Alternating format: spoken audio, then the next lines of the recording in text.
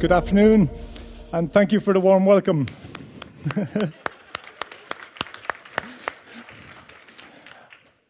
About 25 years ago, my father and I planted 50 acres of trees down home in Kilkenny.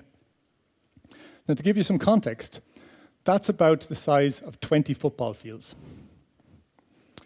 Now, it wasn't a popular thing to do at the time.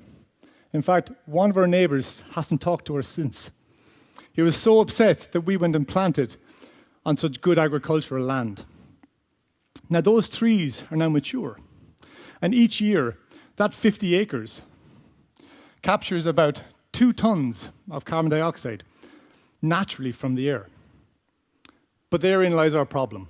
If we were to use trees to capture the millions of tons each year to get us to our climate change targets, we would effectively have to cover the entire planet with trees. Now, that's not feasible. And therefore, we need technological solutions. And one of those is direct air capture, which we at NEG8 Carbon are working on. Now, it is a cutting-edge approach that allows the direct extraction of CO2 from the atmosphere. And that CO2 can then be stored permanently, either by sequestering it underground or by combining it with, for example, construction materials such as concrete, ensuring its long-term containment. Now, direct air capture is by no means easy. The concentration of CO2 in the atmosphere is about 400 parts per million.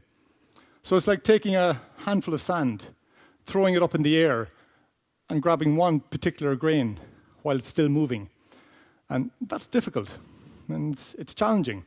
And yet a small number of companies globally have managed to achieve this, including NEG8 Carbon, which is a great success story for an Irish startup. But there's a catch.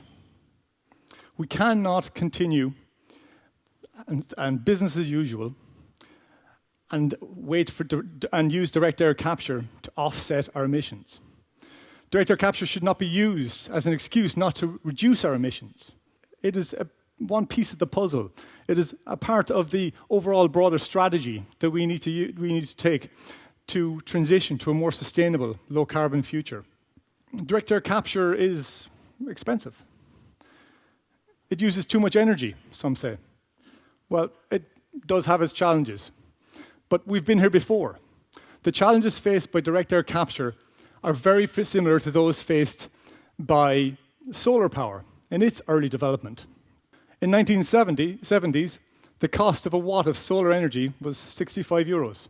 Today, it's less than 20 cents, showing that over time, innovation and investment can lead to affordability of new technologies. Big strides have already been made in direct air capture technology.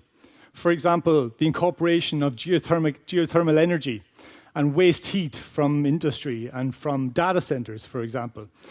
The utilization of renewable energy sources to power the technology, as well as the development of advanced sorbents that more easily capture the CO2 and then release it using less energy.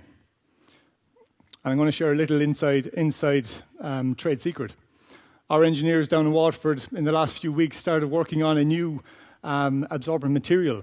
And early tests are showing that it's coming out 50%, captures 50% more CO2, which is very exciting and really shows how quickly and fast the development of this technology is going.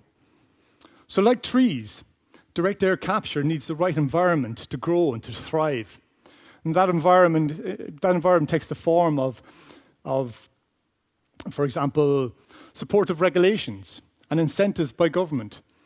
And positive policies towards carbon capture can lead DAC to become more cost-effective, more affordable, and therefore more scalable over time.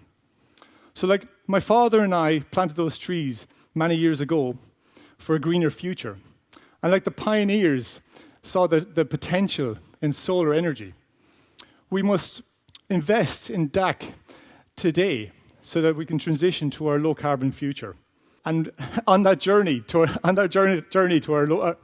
our new future, we should remember that the best time to plant a tree may have been 25 years ago, but the best time to take action is today.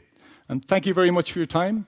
And if anyone would like to hear more about direct air capture or about our exciting pilot project that we've got down in Waterford, please do pop by our stand later on for a chat. Thank you.